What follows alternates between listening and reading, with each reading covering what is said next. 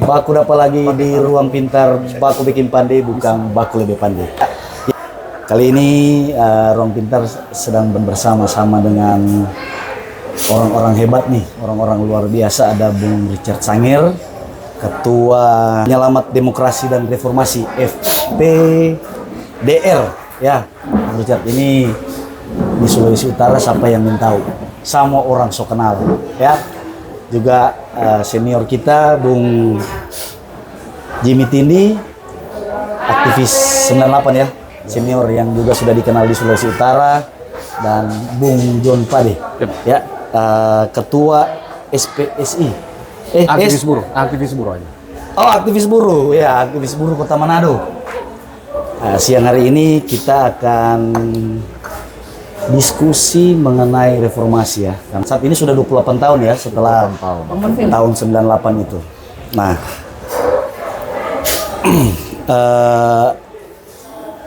kita akan mulai dari Bung Richard dulu sebetulnya. Mulai dari yang pelaku. Oh, pelaku, mulai dari pelaku ya. Oke. Ya kan? Kita kurang penyelamat. Oke.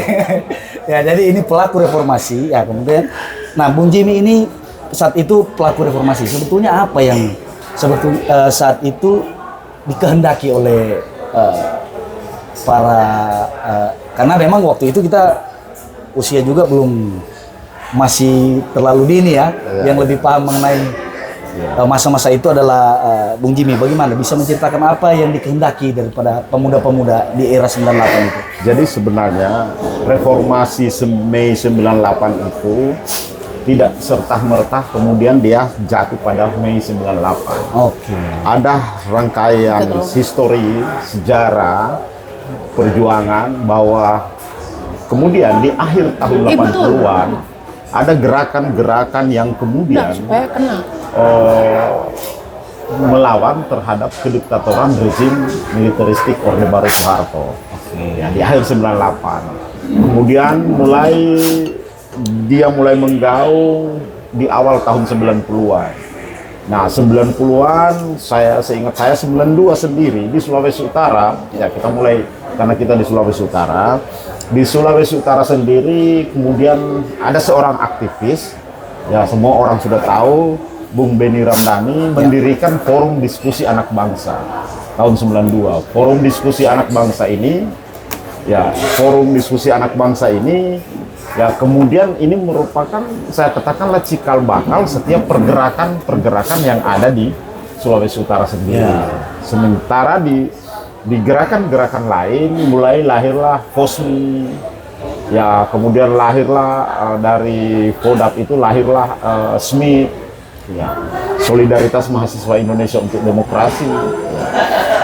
Saya sendiri kemudian pada waktu itu selain membantu Bung Beni membentuk Forum Diskusi Anak Bangsa tahun 92, saya juga aktif pada Persatuan Pers Mahasiswa waktu itu. Persatuan Pers Mahasiswa Indonesia itu waktu itu dipelopori oleh Romi Fibri, ya Romi Fibri dari Bulak Sumur, yang kemudian terakhir saya dengar Bung Romi jadi kepala sensor film, ya, kalau tidak salah, seorang wartawan yang meliput kejatuhan Rezim di Turki ya pada waktu itu, di Irak ya, Saddam Hussein. Ya. Jadi perang Irak waktu itu, perang Timur Tengah lah, ya Bung Romi ini terlibat. Nah, mulai dari situ Persatuan Pers Mahasiswa, kemudian saya mulai mengenal apa yang namanya Persatuan Rakyat Demokratik.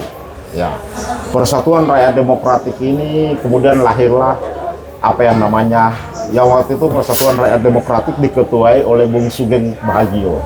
Kemudian karena satu lain hal, kemudian Persatuan Rakyat Demokratik ini berubah menjadi Partai Rakyat Demokratik yang kemudian diketuai oleh Budiman Sujatmiko. Nah, mulai dari situ gerakan mahasiswa itu sudah mulai masif, ya? Masih gerakan buruh dibarengi dengan demonstrasi di Tandes ya, buruh. Waktu itu dipelopori oleh Dita Indasari, yaitu Pusat Perjuangan Buruh Indonesia, PPBI. Nah, Pusat Perjuangan Buruh Indonesia mengakibatkan 3 orang di penjara, Muhammad Soleh, Dita Indasari, dan Kun Hussein Ponto. Ya, Kun Hussein Ponto inilah aktivis dari Sulawesi Utara. Dia dulu giat di HMI, dia orang Boroko yang kemudian sekarang sudah di luar negeri. Dia banyak menulis di Indo Progress, ya, pun Hussein Ponto. Nah, disinilah kemudian gerakan mahasiswa ini mulai menyatu dengan musuh yang satu, yaitu musuhnya adalah rejim militeristik Orde Baru Soeharto. Ya, tentang korupsi, kolusi, nepotisme, dan difungsi ABRI. Ya. Ya, waktu itu isu kita adalah turunkan Soeharto, revolusi sekarang juga, ya, turunkan Soeharto, cabut difungsi ABRI, cabut 5 paket undang-undang politik, yaitu undang-undang subversif waktu itu. Ya. Waktu itu kan masih ada undang-undang subversif. Nah, kemudian pisahkan TNI dari Polri. Nah, itu perjuangan kita, Ya. termasuk referendum untuk Timur Leste. Ya, itu salah bagian-bagian dari perjuangan PRD waktu itu, Partai Rakyat Demokratik. Nah, sejarah waktu itu kemudian 96 muncullah gejolak politik di Indonesia, yaitu gejolak politik yang mana kemudian PDI, ya, Partai Demokrasi Indonesia, tidak menginginkan Megawati menjadi ketua umum, sehingga dibentuklah apa yang namanya Kongres Medan waktu itu, Kongres Medan Suryadi. Ya. Nah, waktu itu Megawati didukung oleh kelompok rakyat ini, dalam hal ini PRD ikut menyokong Megawati, mendukung Megawati, dengan dibantu oleh Partai Persatuan Pembangunan P3. P3 ini seiring dengan adanya reshuffle kabinet terhadap Sri Bintang Pamungkas dan kawan-kawan, sehingga pada saat itu dibentuklah mega aliansi yang namanya Mega Bintang Rakyat, yaitu Mega sendiri adalah perwakilan kelompok PDI yang merupakan cikal bakal PDI Perjuangan. Ya. Kemudian Bintang adalah kelompok dari Sri Bintang Pamungkas dari Partai Persatuan Pembangunan, dan Rakyat sendiri adalah interpretasi dari Partai Rakyat Demokratik. Nah, kita kemudian membangun posko-posko 96 itu. Ya. Nah, kemudian terjadilah peristiwa 27 Juli itu. Singkat cerita, ya seperti itu. Konflik 27 Juli ini ya kemudian membesar menjadi sebuah gelombang perlawanan dari 96 sampai 97. Kemudian lahirlah di situ banyak, termasuk AJI, Aliansi Jurnalistik Independen, KIP, Komite Independen Pemantau Pemilu, mulai lahir 97 itu. Disitulah mulai terjadi gelombang-gelombang perlawanan terhadap rezim Soeharto. Sehingga puncaknya terjadi pada 98 ketika nilai rupiah menurun terhadap dolar, terjadi krisis ekonomi yang begitu besar, terjadilah gelombang massa yang besar, dan terjadilah kerusuhan 12, 13, 14 Mei di Jakarta, kerusuhan etnik yang sangat menyedihkan kita semua tentunya. 98 ya? 98. Nah, tuntutan masa waktu itu saya masih ingat, yaitu kemudian revolusi sekarang juga, kemudian cabut difungsi ABRI, cabut 5 paket undang-undang politik, ya, referendum untuk Timur Leste, adili Soeharto. Ya. Kemudian revolusi ini digeser ketika sekelompok elit politik, kelompok berjuasi politik ini berkumpul di Ciganjur. Ya, antara lain Amin Rais, Megawati, Gus Dur, ya. Mereka mendeklarasikan apa yang namanya reformasi damai. Nah, dirubahlah kemudian reformasi damai. Jadi, dari semangat revolusi awal kita membangun sebuah gerakan, dirubah total menjadi sebuah reformasi. Jadi, dari standarnya yang tinggi kita turun lagi, dari revolusi kita turun ke reformasi. Ya, kelompok Ciganjur inilah yang memproklamirkan reformasi damai. Ya, kita waktu itu masih kurang sepakat, tapi tidak apalah, kita mengikuti apa yang tua-tua ini lakukan, kelompok Ciganjur ini lakukan untuk reformasi damai. Ada yang namanya reformasi gradual, reformasi yang bertahap. Nah, disinilah kemudian kita tidak berburuk sangka atau prejudis terhadap kelompok-kelompok elit ini. Tapi selalu saya menyampaikan dalam setiap forum diskusi bahwa gerakan-gerakan mahasiswa di Indonesia ini selalu terpolarisasi. gerakan 66. Kita berkaca pada gerakan 66, ya kemudian banyak mahasiswa terpolarisasi, ikut bersama-sama menikmati kekuasaan, Bung Wisat. Beda dengan gerakan 28. Gerakan 28 waktu itu musuhnya satu, penjajahan. Mereka sepakat untuk mendirikan bangsa dan negara Republik Indonesia. Dengan semangat itu kemudian mereka tidak ada kepentingan satu kelompok atau satu organisasi gerakan. Tujuan mereka Indonesia bersatu dan Indonesia merdeka. Ya. Kemudian lahirlah 17 Agustus 1945. Dari 17 Agustus 45 ke 66, kemudian ini yang saya katakan menjadi musibah bagi gerakan-gerakan mahasiswa Indonesia. Karena kemudian tidak sedikit di ujung-ujungnya setiap gerakan itu selalu ada tawaran yang menggiurkan. Nah, saya pertama selalu mengingatkan kawan-kawan bahwa gerakan 98 jangan lagi kemudian terjebak pada persoalan itu. Tapi walau masyarakat semua sekarang menilai, bisa menilai bagaimana nasib dari gerakan 98 itu sendiri. Terjadi polarisasi di mana-mana. Sebagian kawan-kawan masih berjuang melawan kediktatoran, sebagian sudah masuk dalam sistem dengan anggapan bahwa dia dalam sistem ini bisa merubah situasinya. Tapi apa yang dilakukan kawan-kawan sekarang ini ya tidak kurang lebih seperti yang dilakukan oleh Akbar Tanjung CS di masa anam-anam itu. Ya nasibnya seperti apa? Saya pikir ini kondisi real bangsa kita hari ini, bahwa ya setiap gerakan mahasiswa itu selalu terjadi polarisasi. Mungkin kawan-kawan punya pendapat lain. Sebelum lanjut lebih jauh nih, Bung Jimmy, tadi menarik sebetulnya buat generasi muda juga yang saat ini, karena ternyata 98 itu bukan terjadi begitu saja. Ternyata mereka sudah terbangun atas tekanan rezim saat itu ya, dari tahun 92, kemudian berjalan dan pecah pada 98. Artinya supaya diketahui, kan banyak anak-anak muda sekarang taunya, oh 98 ada kacau. Biasanya orang cuma tahu, apalagi yang generasi-generasi saat ini. Nah kemudian tadi pendapatnya bahwa beginilah sekarang negara kita nih. Ini karena Bung Jimmy ini seorang pelaku nih. Jadi beginilah artinya pasrah saja pada keadaan atau seperti apa nih? Ya, saya tidak sedang menghimbau untuk kita pasrah pada keadaan. Ya selagi kalau hidup kita punya tujuan hanya untuk makan dan minum, babi di hutan saya bisa makan dan minum. Jadi ya saya hanya mengatakan bahwa hidup itu harus melawan. Karena melawan arus dan melawan apapun. Karena yang ikut arus itu cuma tai. Jadi ya kita harus betul-betul memiliki sikap seperti itu. Saya meminta generasi muda saat sekarang ini adalah punya kepekaan, kekritisan untuk terus menyuarakan, melawan. Apalagi kemarin ribut dengan film Pesta Babi ya. Saya pikir ini harus harus menjadi sebuah tinjauan kritis buat semua generasi bahwa hari ini terjadi di Papua. Tidak mungkin sekarang juga sedang terjadi di Sulawesi Utara. Tapi nanti Pesta Babi kita bicarakan di topik yang berbeda. Nanti jadi begini, sekarang yang tua udah menceritakan awal mula pergerakan dan sampai saat ini, dan kemudian pada akhirnya walau alam tadi pasrah pada keadaan secara tidak langsung. Nah sekarang nih ada Ketua Forum Penyelamat Demokrasi nih. Sepertinya yang tua ini telah meninggalkan apa yang mereka perjuangkan. Nah sekarang Bung Richard nih pandangan, karena tadi pernyataannya bahwa walau alam sudah seperti inilah negaranya.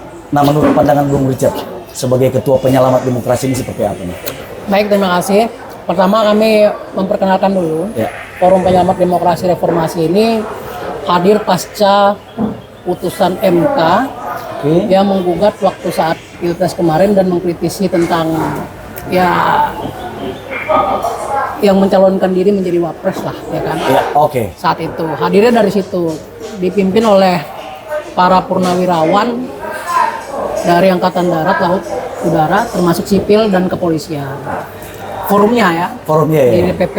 Kami di Sulawesi Utara memimpin cabang untuk fokus kepada literasi dan literasi mengenai pemahaman demokrasi dan juga bela negara. Nah, kami 98 usia masih dini, bukan pelaku seperti senior kita, Bung Jimmy. Tapi kalau kami melihat sekarang ini, usia reformasi memasuki ke 28 tahun, dan ini biasanya dalam proses politik 30 tahun itu pasti ada perubahan atau pergeseran kilas balik. Kalau kita lihat situasinya, tahun 45 ke 66, ya kan, ke kemerdekaan, ke Orde Lama, kemudian ke Orde Baru, sampai 32 tahun dan ke Orde Reformasi seperti sekarang ini. Dan ini 2 tahun lagi diperkirakan dan tanda-tandanya akan terjadi ke sana. Pertama adalah semangat reformasi bangsa ini mungkin kesulitan membedakan reformasi 1998 dengan kerusuhan 1997. Banyak yang memahami bahwa apa yang disebut reformasi itu karena kerusuhan dampak itu.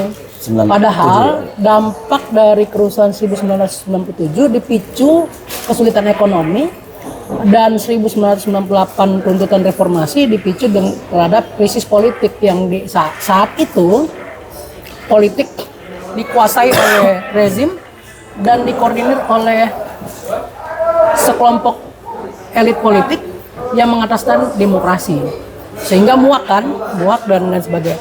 Tapi dampak sekarang ini, di era demokrasi seperti sekarang ini, kalau kami melihat bahwa bangsa kita mengarah dan memiliki kecenderungan cita-cita reformasi itu memiliki demokrasi seperti mencontohi Amerika, demokrasi liberal.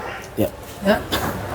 Kalau kita merujuk dari ideologi bangsa kita ini bukanlah demokrasi liberal yang seperti kita tiru ke Amerika, tapi kita ini adalah demokrasi Pancasila. Betul.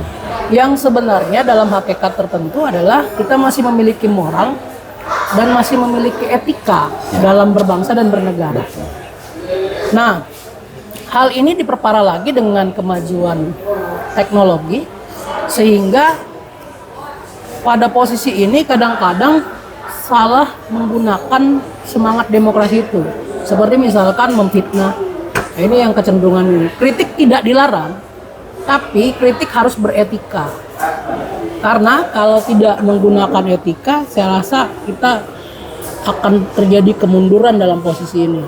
Dan sekarang juga fenomena berikutnya juga seperti yang diperjuangkan oleh Bang Jimmy Tindi dan teman-teman di eranya, memang kan tidak serta-merta 98 meletus terus karena gerakan yang dibangun kurun waktu pendek, dalam artian baru 2 tahun, 3 tahun, 5 tahun, tidak. Ya.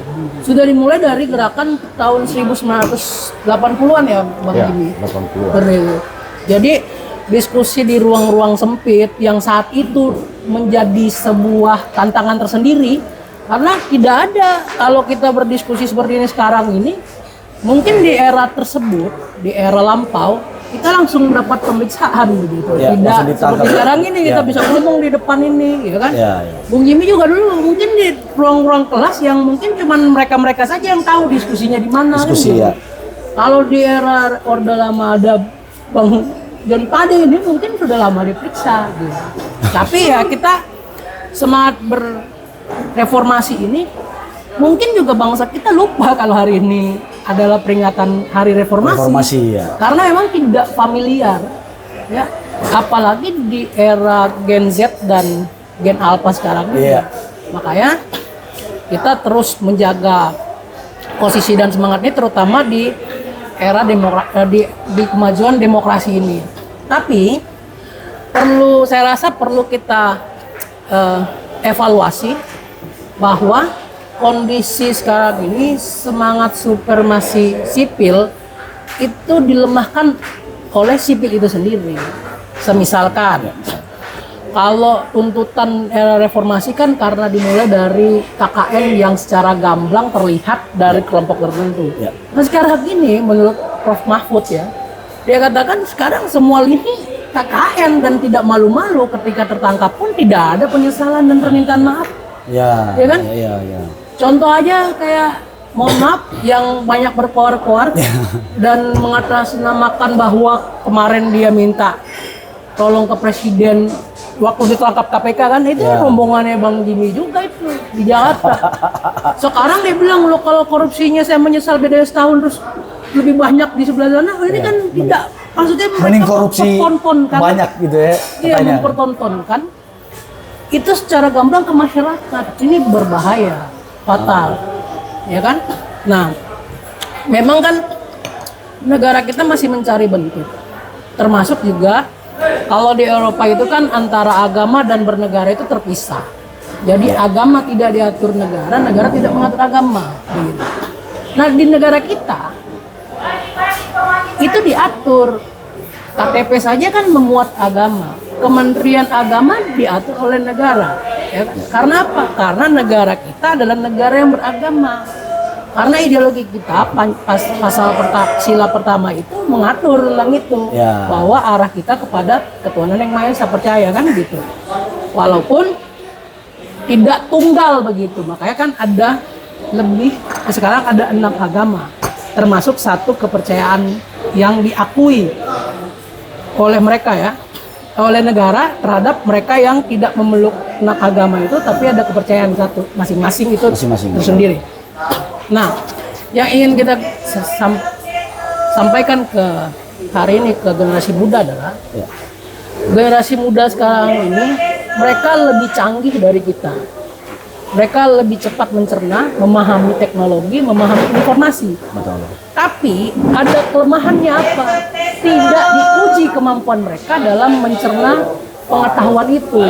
Kalau Bang Jimmy dulu aksesnya, masuk Bang John Pade, aksesnya mungkin minim karena membaca buku kan, apa buku yang terbit ditulis itu yang dibaca. Tapi ketajamannya adalah menguji dialektika tersebut sehingga pengetahuannya teruji. Generasi sekarang pengetahuannya tidak diuji, tapi mereka mendapatkan informasi kadang-kadang yang menjadi sesat dalam berpikir.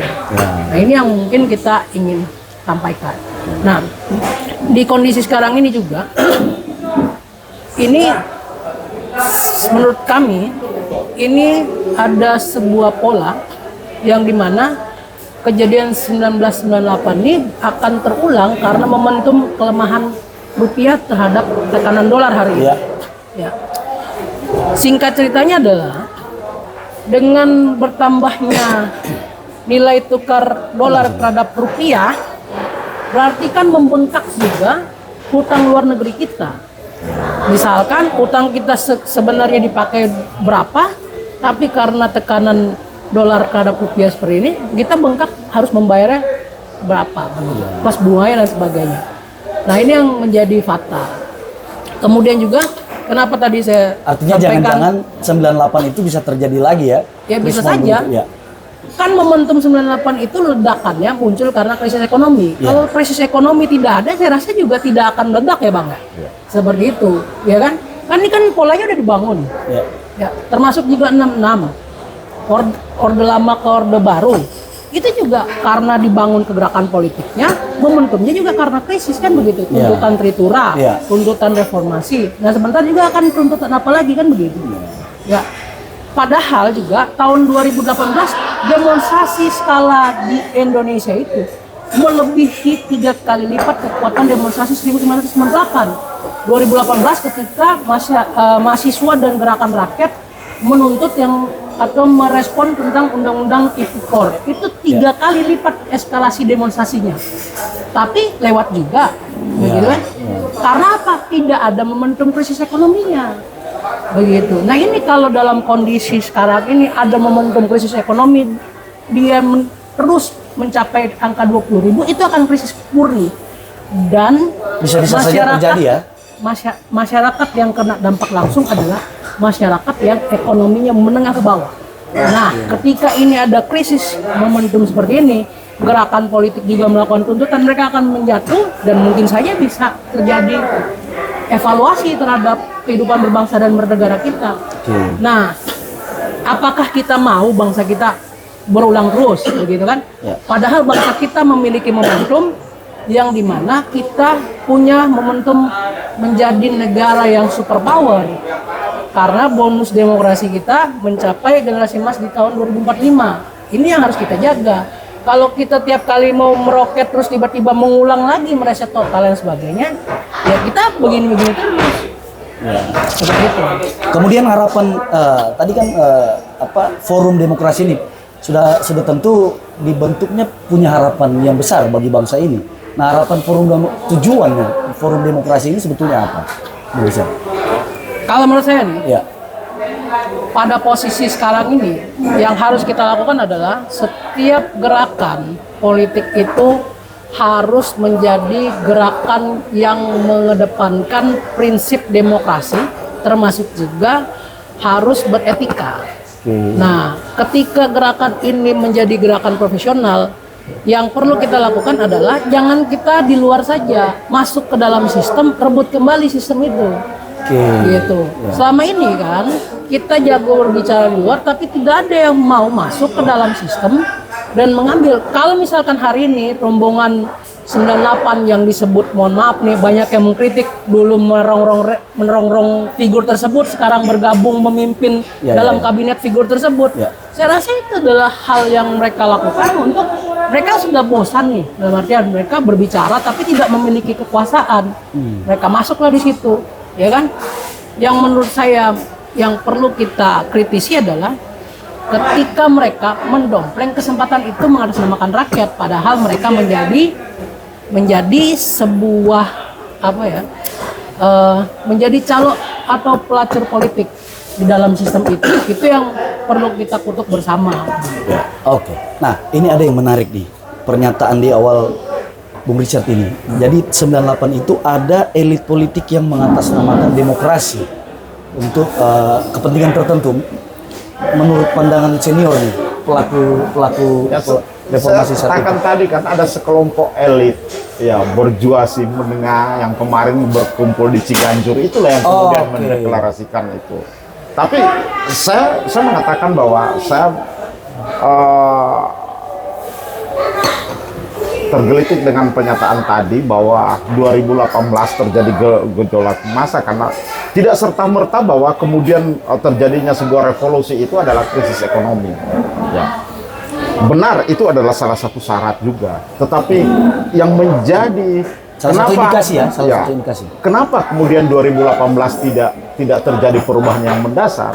Karena menjadi salah satu syarat untuk membuat sebuah revolusi adalah kepemimpinan. Siapa yang memimpin? Jadi ada tokoh yang memimpin. 98 gagal karena siapa tokoh yang memimpin? Saya katakan gagal, walaupun berhasil menjatuhkan Soeharto jatuh, tetapi sebenarnya tidak ada yang memimpin.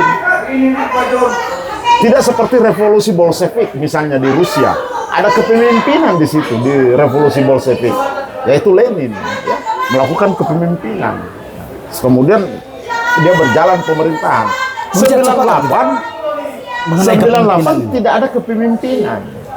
Karena kepemimpinannya dirampok oleh sekelompok elit tadi yang kemudian membelokkan arah reformasi ini, gitu. Ya, apa?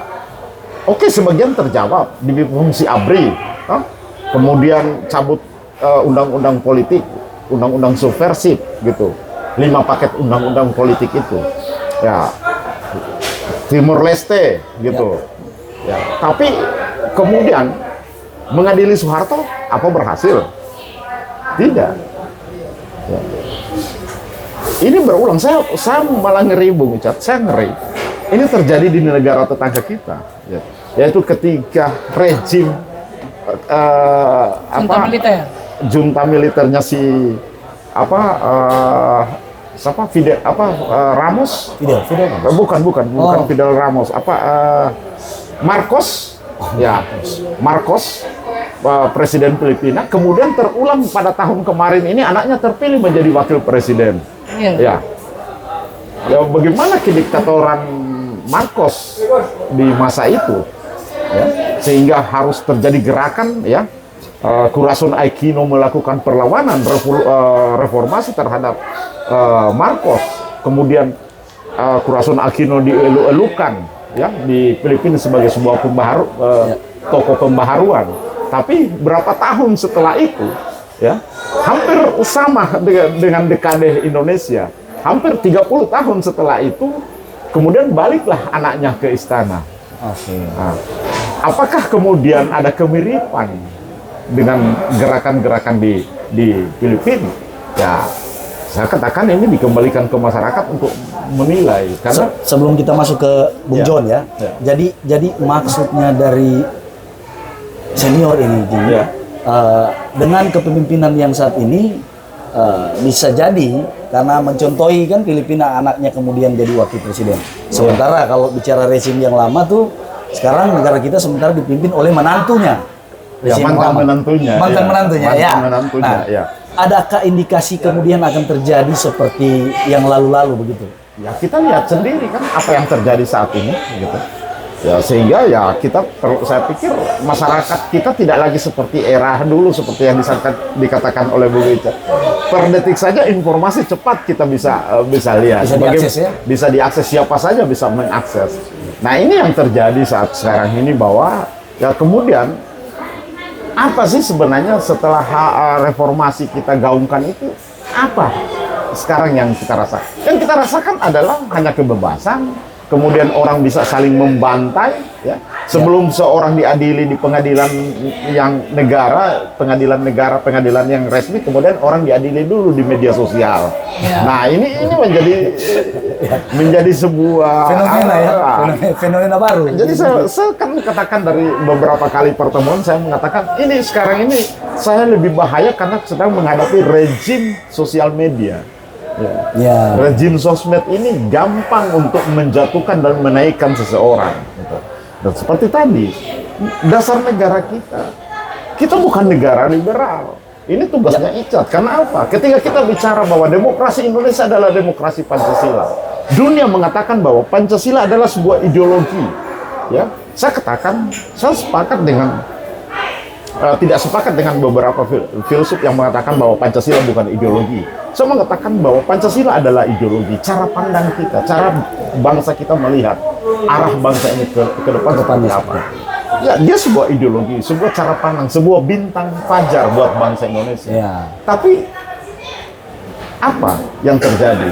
Satu sisi kita teriak Pancasila, tapi satu sisi masyarakat minta kita liberal. Jangankan dalam pemerintahan, dalam Pelsus saja kita pelayanan khusus dalam gereja ya. Bahkan dalam masjid sangat liberal. Kita anti liberalisme, tapi kita mempraktekkan masyarakat kita mempraktekkan cara-cara liberal. Tidak ada cara-cara demokrasi Pancasila memilih seorang pemimpin di voting atau pemilihan secara langsung, secara terbuka tulis nama. Musyawarah mufakat yang harus dilakukan. Ya. Jalan terakhir adalah ketika musyawarah mufakat tidak disepakati adalah voting secara terbuka, bukan voting secara tertutup. Votingnya terbuka. Siapa yang memilih John Pade, saya berdiri. Disaksikan oleh berapa orang di sini. Ya. Itu yang namanya demokrasi Pancasila. Demokrasi yang mengutamakan martabat, mengutamakan moral, mengutamakan etika. Gitu. Nah sekarang semua minta anggota DPR dipilih langsung. Ya gimana demokrasi kita itu demokrasi perwakilan, sehingga orang yang jatuh bangun seperti saya dengan Icat misalnya jatuh bangun membangun organisasi politik contohnya ya, tapi karena kita berdua tidak memiliki kos dan biaya uang yang begitu banyak, kita tidak terpilih. Kita menawarkan ide-ide, menawarkan gagasan, kita tidak terpilih. Ya. Karena Yang terpilih malah mereka yang memiliki uang. Ya. Nah, ini demokrasi liberal yang dimaksud oleh Bung Icat tadi. Oke. Nah, kita saya paham penyelamat demokrasi forumnya Bung Icat mau mengembalikan bangsa Indonesia ini pada rel yang sebenarnya. Jalur yang benar ya. Jalur yang benar, bahwa kita kembali berpancasila. Demokrasi kita adalah demokrasi yang betul berdasarkan musyawarah mufakat. Kita pernah mencoba demokrasi terpimpin Bung Karno, tapi itu pun gagal. Gitu. Ya, bagaimana demokrasi Pancasila ada demokrasi musyawarah mufakat? Nah, pemilihannya jangan seliberal itulah. Gitu. Tapi masyarakat kita kan menolak. Yang dianggap demokrasi itu hanya yang dipilih langsung. Ya, padahal Pancasila tidak mengisyaratkan nilai-nilai yang seperti itu. Oh. Ya.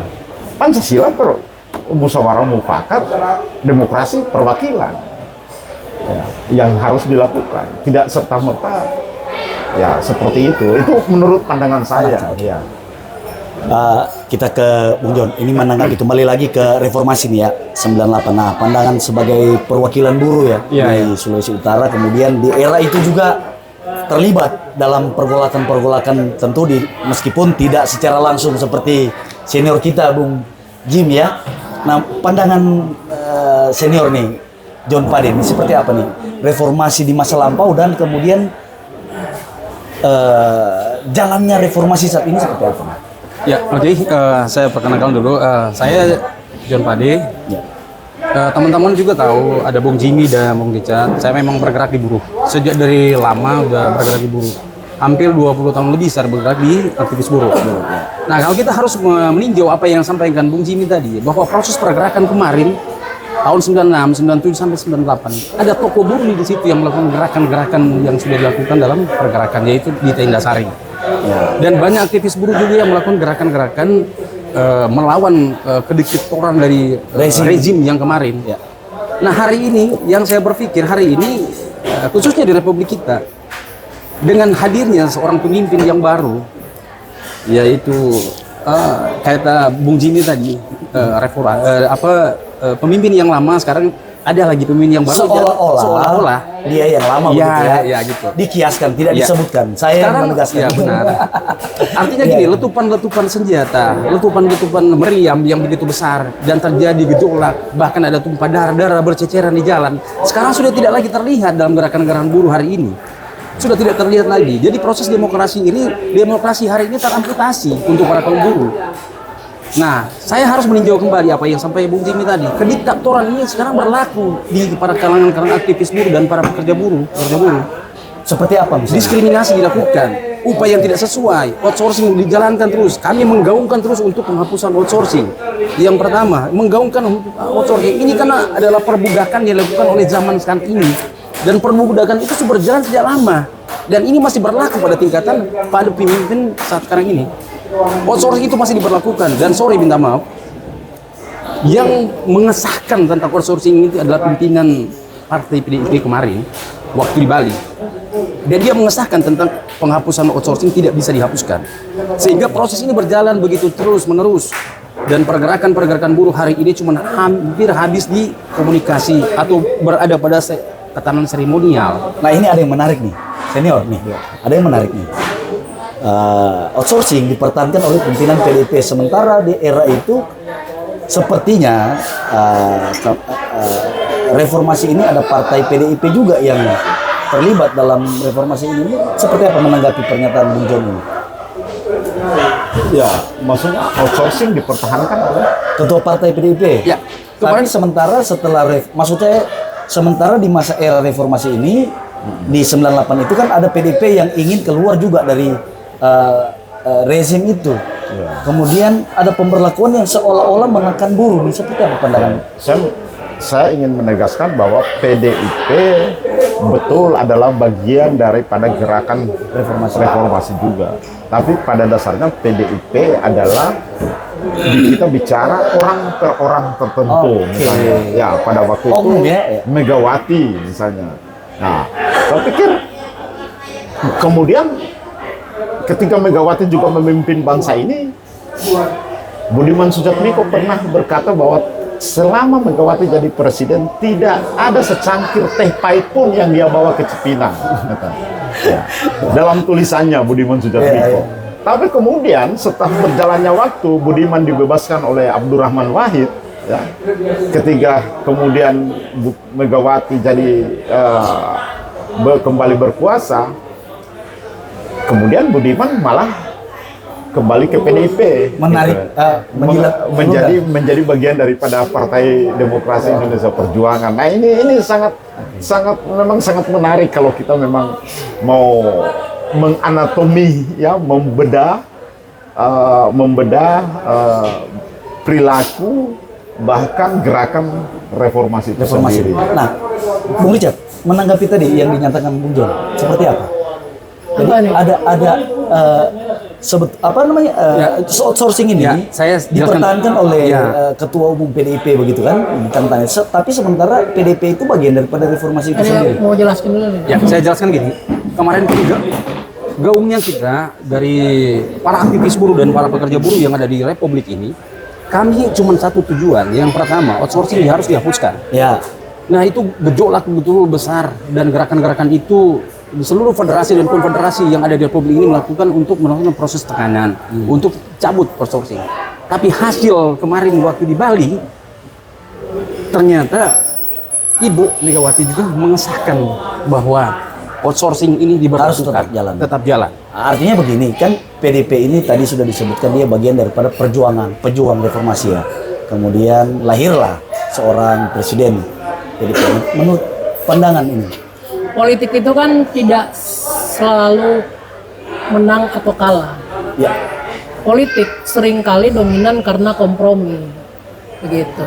Kompromi Konsensus, dimaksudkan dalam hal adalah mungkin saja yang dimaksudkan tadi karena masyarakat kita perlu peluang pekerja ya. Dengan kondisi saat ini outsourcing itu memberikan peluang secara cepat. Namun untuk mempertahankannya itu yang diperjuangkan oleh kaum buruh, kalau mereka hari ini bisa dapat peluang secara cepat menjadi seorang pekerja, tapi juga tidak serta-merta mereka dapat bertahan secara lama begitu, ya kan? Nah, mungkin saya rasa kondisi itu karena kompromi politik, itu yang pertama. Yang kedua, yang harus kita balikkan lagi sebenarnya adalah di mana semangat berbangsa dan bernegara kita ini yang harus kita akhiri adalah dominasi elit itu gitu. Dalam hal adalah kita balik ke pendidikan. ya. Pendidikan termasuk juga pendidikan politik yang hari ini ya, hari ini pendidikan politik itu setiap kelompok masyarakat, individu maupun organisasi kemasyarakatan itu bisa menyelenggarakan pendidikan politik. Namun tidak semua yang saya sampaikan tadi bisa menjadi sebuah pengantar untuk menjadi modal kendaraan kita berpolitik. Karena hari ini yang masih diakui oleh negara adalah partai politik, termasuk juga jalur independen, begitu. Tapi kan jalur independen ini seringkali terabaikan. Karena apa? Karena elit politik kita masih mendominasi dalam sebuah wacana berpikir berpolitik itu. Nah, partai politik sekarang juga krisis dalam artian adalah mereka krisis dalam menyiapkan kader-kader terbaiknya. Kader terbaik itu seperti apa misalnya? Ya kan, pastinya mereka harus dididik dulu dong, Ya. melalui sekolah politik ya. Kan gini, Atau jangan-jangan seperti kata senior begini. tadi? Apakah bisa menjadi seorang dokter tanpa sekolah mengenai kesehatan? Tidak Ya. bisa. Begitu juga sebaiknya dalam politik. Tidak pernah belajar politik, mengetahui politik secara pragmatis, terus mau jadi seorang politisi. Ya. Itu saya rasa tidak fair. Yang menggeser kondisi politik hari ini adalah kelompok maupun individu yang masuk menggunakan kekuatan kapital. Karena hari ini membuka seluas-luasnya dalam artian berpolitik hari ini menggunakan atau memiliki kos politik yang mengarah ke money politik. Beberapa elit politik kita berpidato tanpa malu-malu. Apa? Ketika ada yang datang mau mencalonkan diri di partai politiknya, datang ke partai politiknya, yang ditanya bukan lo punya pengetahuan apa, punya ide apa, yang ditanya berapa kekuatan kapitalmu. Ya itu seperti tadi maksud Ya? saya yang dimaksud Bung oleh Jimmy Bung Jimmy nih. Ya. membangun partai politik dengan semangat reformasi. Iya. Bung Jimmy juga pindah ke partai politik tertentu untuk menjadi tetap kalah Ya, itu karena maksud saya. kekuatan kapitalnya, ya kan? Dan semua ini balik kemana? Siapakah yang harus mengevaluasi diri? Rakyat kita dan termasuk Kembali lagi, sistem kita, supremasi sipil kita yang harus kita ini. Sekarang ada fenomena menarik. Kenapa ada pelibatan militer dalam beberapa situasi yang seharusnya itu kepemimpinan sipil? Misalkan masuk ke beberapa kementerian, Instansi ya. menjaga instansi aparat penegak hukum kita, kejaksaan. Kenapa? Karena sistem kita tidak mempercayai peran sipil. Anda seorang pemimpin, ketika saya pernah tergelitik di satu instansi ya, ketika di BPN, Kementerian ATR BPN, pernah dipimpin oleh mantan Panglima TNI Pak Hadi. Dia pernah mengatakan satu forum, dia katakan begini, saya waktu Panglima TNI, saya ngomong sampai koramil di perbatasan, sampai pos-pos penjagaan menjalankan. Nah, beliau pegang Menteri ATR BPN, udah ngomong berulang-ulang, udah bikin kebijakan, nggak jalan-jalan. Gitu. Itulah kelemahan saat ini ya. Kelemahan sistem Kita. Sistem yang di mana? Tapi siapa yang paling bertanggung jawab? Yang paling bertanggung jawab adalah elit politik kita. Nah, kalau tadi saya singgung, Bang Jimmy bilang kita tidak ada figur dan sebagainya dalam setiap gerakan di Indonesia ini, gerakan rakyat maupun gerakan mahasiswa. Inti dari gerakan memang tidak ada pemimpin yang memimpin gerakan mereka itu, ya idealisme mereka gitu, yang mereka yakini dan percayai, yang seringkali mendompleng mereka ya adalah elit politik, ya kan, yang mendompleng kayak Bung Jimmy bangun puluhan tahun dengan teman-temannya termasuk Bang Benny Ramdhani, terus deklarasi di Ciganjur yang tadi disampaikan, ikut influencernya kan begitu, arahnya dan sebagainya. Nah, termasuk juga ada kritik yang dimana hari ini bilang kepemimpinan terlama di partai politik. Ya karena memang krisis dalam artian krisis kader politik. Seperti itu. Yang menarik, Bung Benny, tapi kan Bang Benny Ramdhani sekarang ada di kementerian ya? Sudah selesai. Oh, sudah selesai. Kembali lagi, melanjutkan. Jadi pandangan buruh nih mengenai reformasi masa 98 dan hari ini. Ya. Saya pikir hari ini apa yang disampaikan oleh gerakan-gerakan yang dilakukan oleh teman-teman kita 98 itu gerakan-gerakan moral untuk membentuk ada satu proses perubahan secara total. Nah, saya lebih terfokus bicara tentang buruh. Hari ini kan saya sudah jelaskan dari awal bahwa sudah tidak ada lagi letupan senjata, tidak ada darah yang berceceran di jalan, sudah tidak ada lagi yang diintimidasi, ditangkap dan segala macam. Ini yang selalu dilakukan oleh para pimpinan yang memanggil para pimpinan buruh untuk bernegosiasi. Dan perayaan ini cukup perayaan yang seremoni. Yang kami inginkan itu adalah gerakan-gerakan moral yang dilakukan oleh para kaum buruh. Hari ini yang terjadi, ada upah yang begitu murah yang diberikan para pekerja. Dan hari ini untuk masalah kehidupan, bicara tentang ekonomi tadi, Bung Icat menjelaskan, kehidupan masyarakat hari ini butuh makan loh. Ya, butuh makan, butuh minum untuk anak dan istri dan keluarga. Tapi proses penghasilan dari kaum buruh tidak bisa mencukupi. Nah, proses pencukupan, ada seorang tokoh juga di Sulawesi Utara pun yang menyatakan bahwa kita berlakukan yang namanya upah berkeadilan. Ini seorang tokoh di Sulawesi Utara, bahkan dia pernah menjabat sebagai gubernur di Sulawesi Utara. Dia menjelaskan tentang upah berkeadilan. Saya bukan mengkritisi atau saya memberikan satu solusi, dan terdiskusi memang saya jelaskan kalau upah berkeadilan hari ini, proses penjelasan upah berkeadilannya gimana. Katanya gini, kalau seandainya pun kita harus ambil secara merata bahwa ketetapan UMP dan UMK itu harus diperjelas ke masyarakat atau kepada pihak buruh dan pekerja. Tapi hari ini tidak selamanya dan tidak seyoknyanya orang yang bekerja di semacam kayak di tempat kios kecil begini harus menerima upah yang sesuai dengan UMP dan UMK. Ya. Nah, yang saya inginkan ada solusi yang paling terbaik. Saya cuma sampaikan bukan solusi paling terbaik. Alangkah baiknya cobaan kita harus menelusuri sampai ke dalam, yaitu orang memproses lagi di mana banyak perusahaan-perusahaan hari ini tidak terdaftar dan tidak terdeteksi dan tidak pernah melakukan dan tidak pernah mengikuti aturan yang sudah dianjurkan ketetapan oleh pemerintah tentang UMP dan UMK. Dan ini sudah berjalan sejak lama. Nah, saya selalu menyatakan, Bung Jimmy pun tahu, Bung Richard, saya tidak pernah melakukan proses yang namanya negosiasi dengan siapapun juga. Dan saya tidak mau melakukan kegiatan-kegiatan macam kemarin, May Day. Kegiatan yang seremoni. Saya inginkan ada gerakan-gerakan moral yang dilakukan gerakan rakyat, ada gerakan para kaum buruh pekerja untuk turun ke jalan menuntut hak mereka. Nah, ini menyinggung Bung Jimmy ini pelaksanaan ini Artinya saya harus menjelaskan hal demikian. Soalnya saya juga masuk di SPSI agen.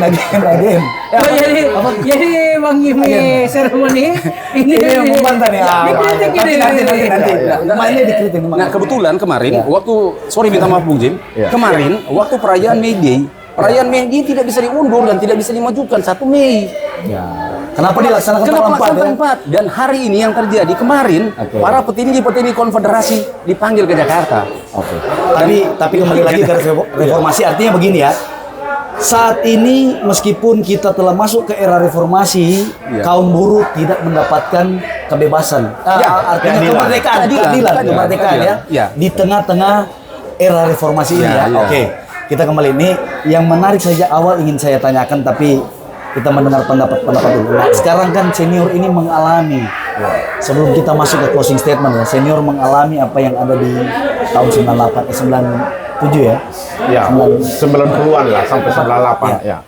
Bisa nggak menceritakan sedikit seperti apa kondisi saat itu? Sepertinya karena sendiri kan, mengalami sendiri rasa itu seperti apa? Saya pikir di Sulawesi Utara ini ya kita memang cukup mengalami represif ya. Seperti tadi disampaikan, diskusi kita tidak serta-merta bebas.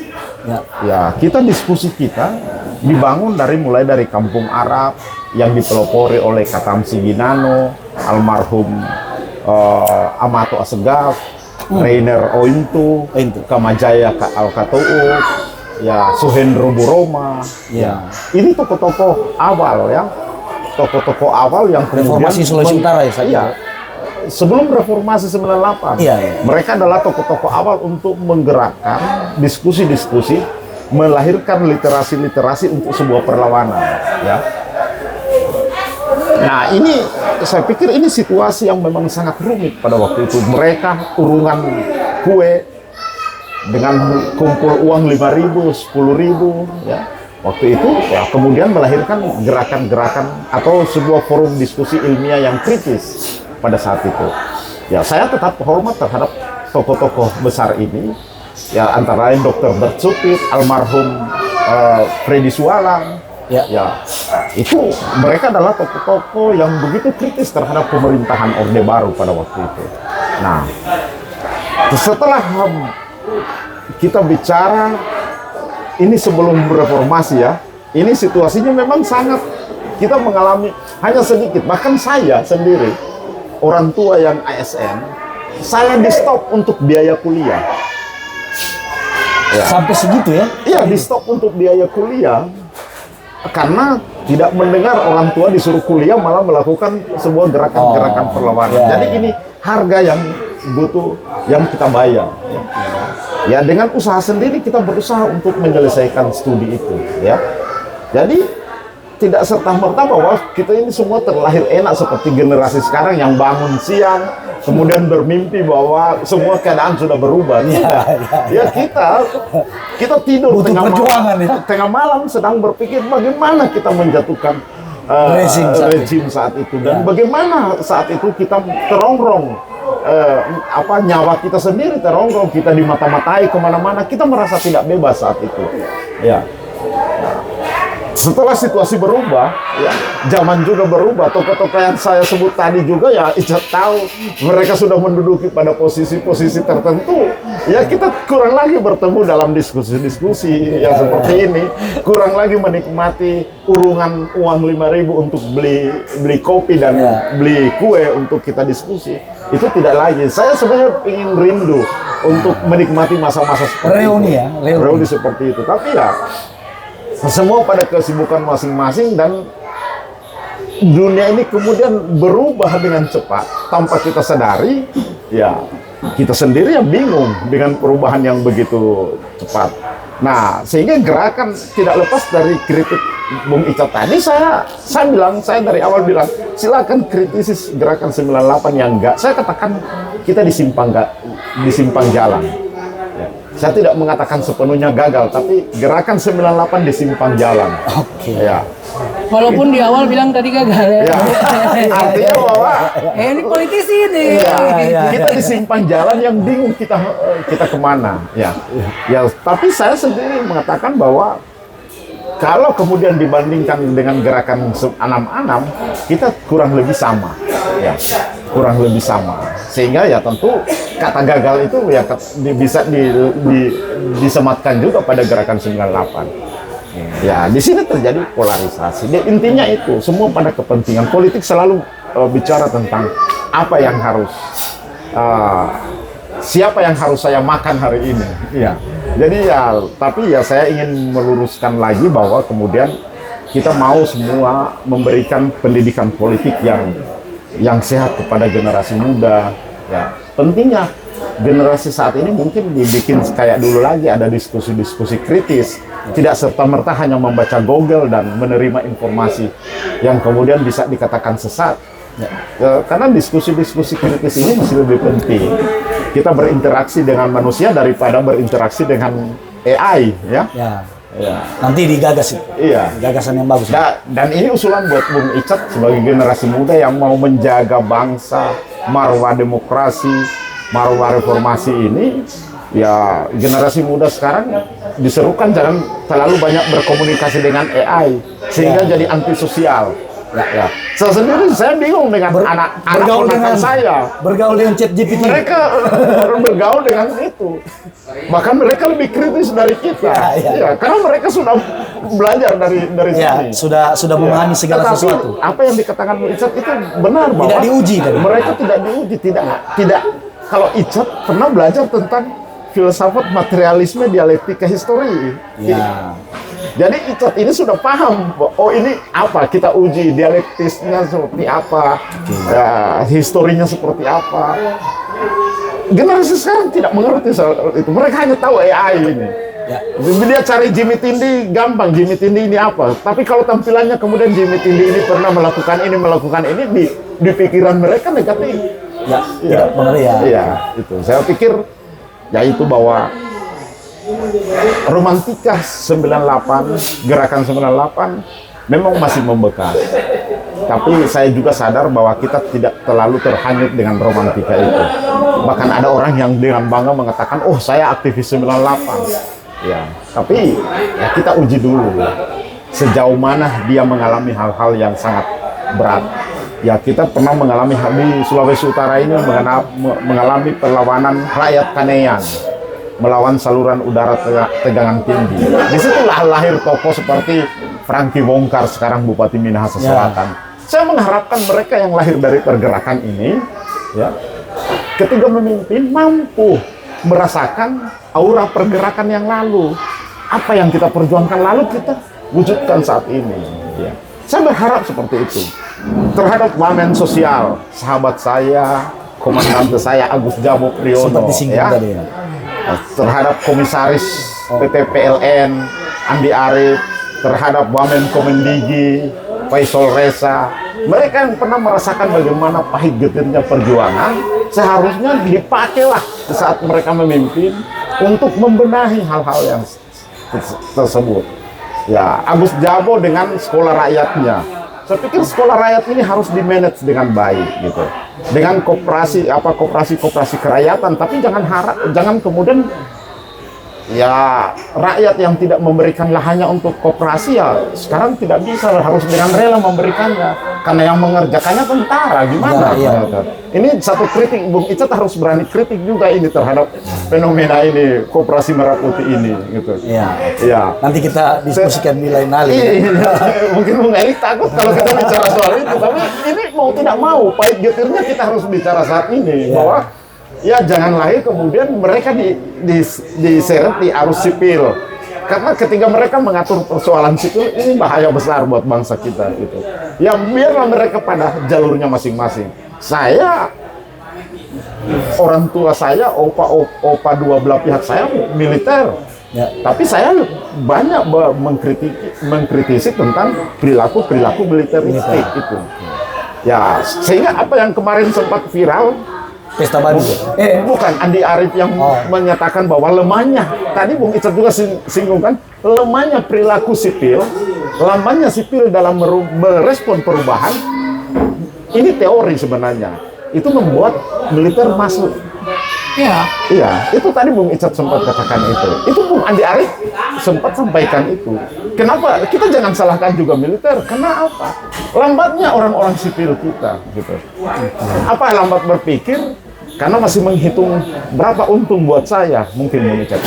Ini aktivis anti korupsi juga, saya pikir ya seperti itu juga harus dibenahi perilaku politisi kita gitu. Nah, kita sebelum kita masuk ke closing statement nih, kita mulai dari Bung Icat nih. Kembali lagi untuk reformasi, harapan daripada forum penyelamat demokrasi nih terkait dengan masa depan bangsa ini seperti apa? Ya, pertama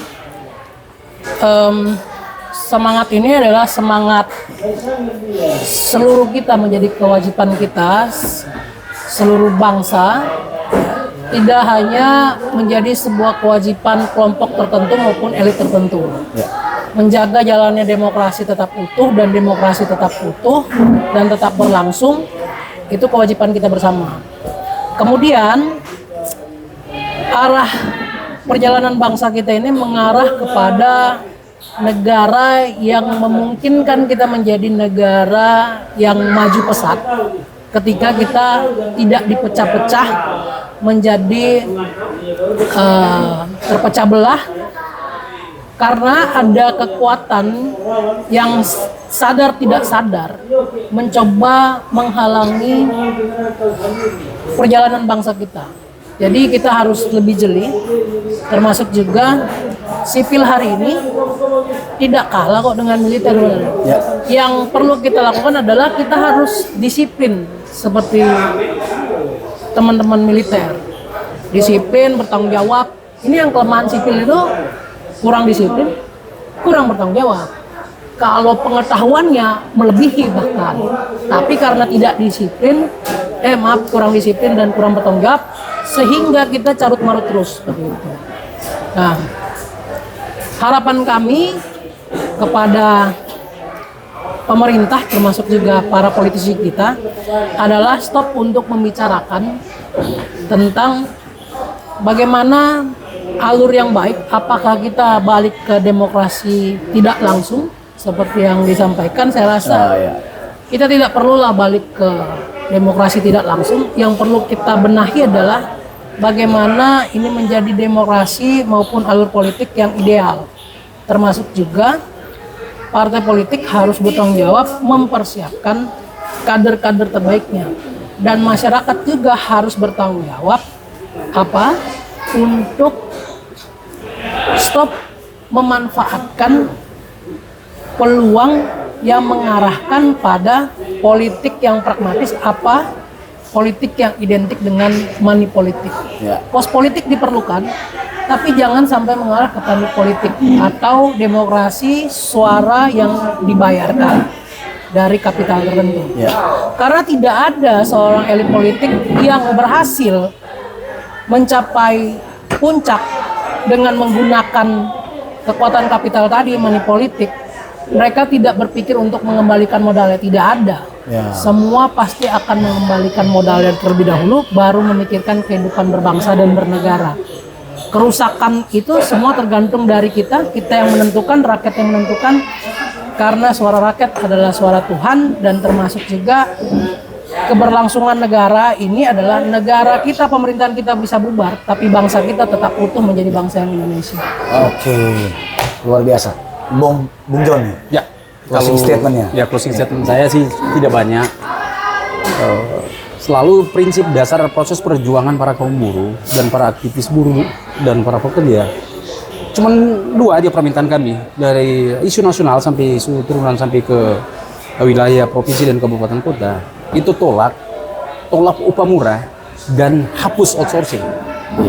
Itu permintaan kami dari para aktivis buruh dan para pekerja buruh, cuman hapus outsourcing dan tolak upah murah.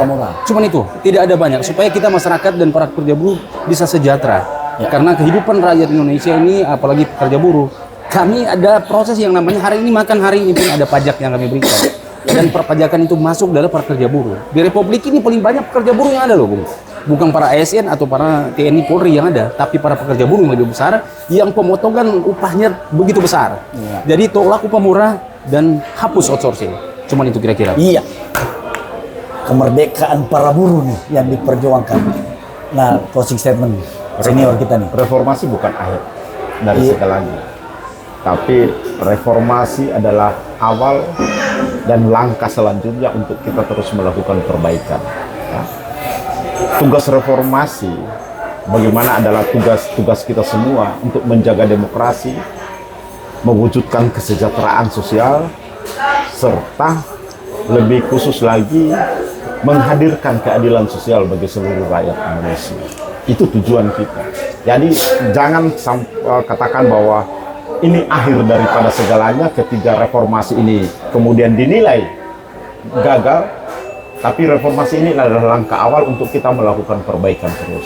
Ya, kedepannya tentu masih ada langkah-langkah tertentu untuk kita melakukan perbaikan demi kesejahteraan dan keadilan sosial itu. Nah, kembali kepada Pancasila, kembali pada Undang-Undang Dasar 1945 yang sebelum diamandemen. Ya, itu tugas kita. Kita kembali kepada asas kita sebagai bangsa dan negara.